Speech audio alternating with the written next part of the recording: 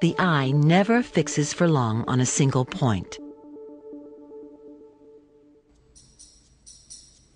Maybe that's why the movie technique of cutting from one shot to another works so well. It copies what our eyes do in real life. But what the camera does so easily, panning at a constant speed across a scene, is virtually impossible for the human eye.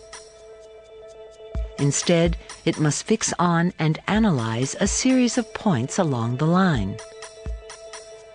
But focus on a moving object like the paintbrush, and the eye tracks smoothly.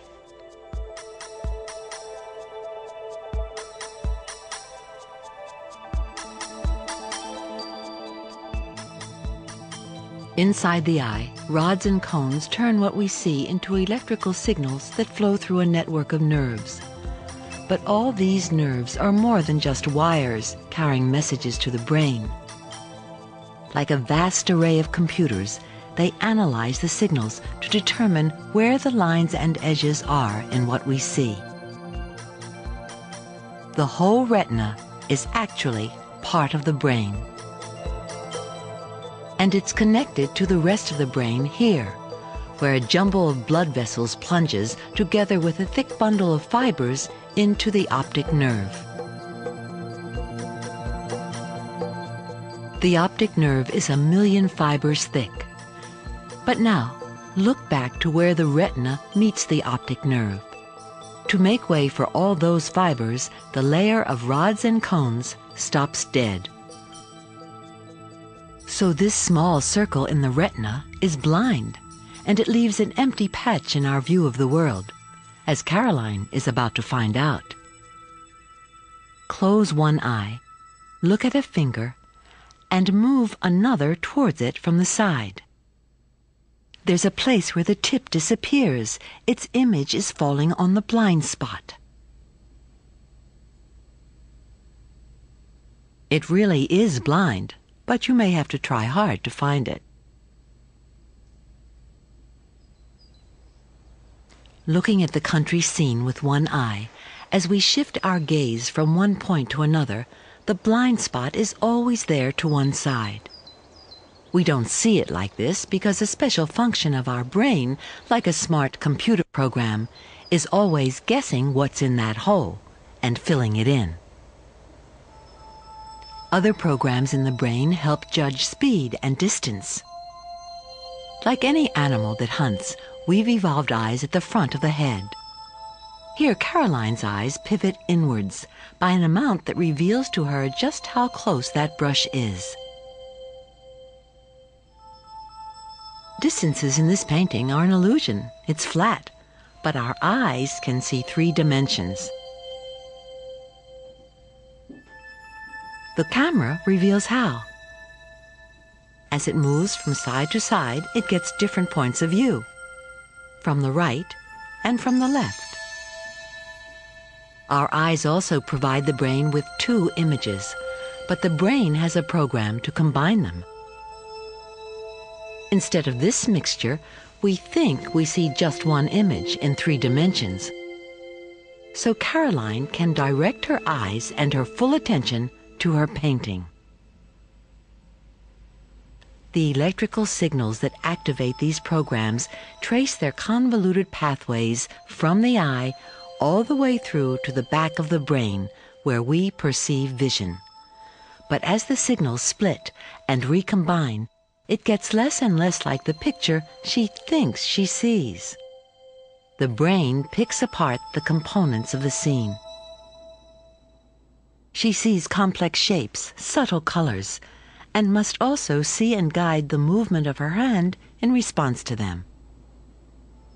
One part of her brain analyzes the view and picks out lines and edges. The signals move on to a second region, which interprets color. And on again to detect movement, at each stage making more and more sense of the world around her. With so much complexity, the brain is easy to fool. This is obviously a white triangle with 3 equal sides. No, in fact, there's no triangle. It's just an optical illusion. And look at it from Caroline's viewpoint. The sides are not even equal. And what's this?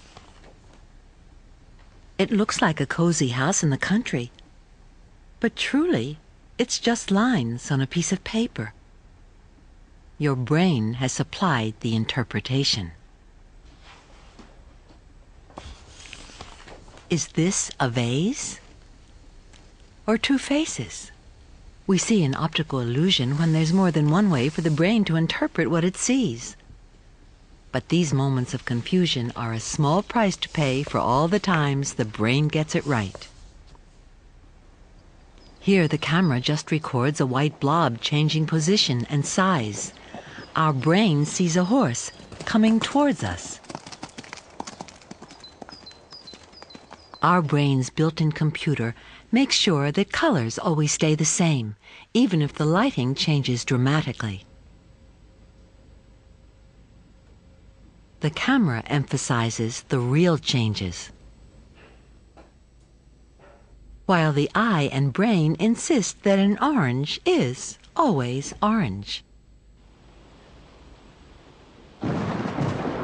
We've seen that visual perception involves electrical signals passing to many different parts of the brain.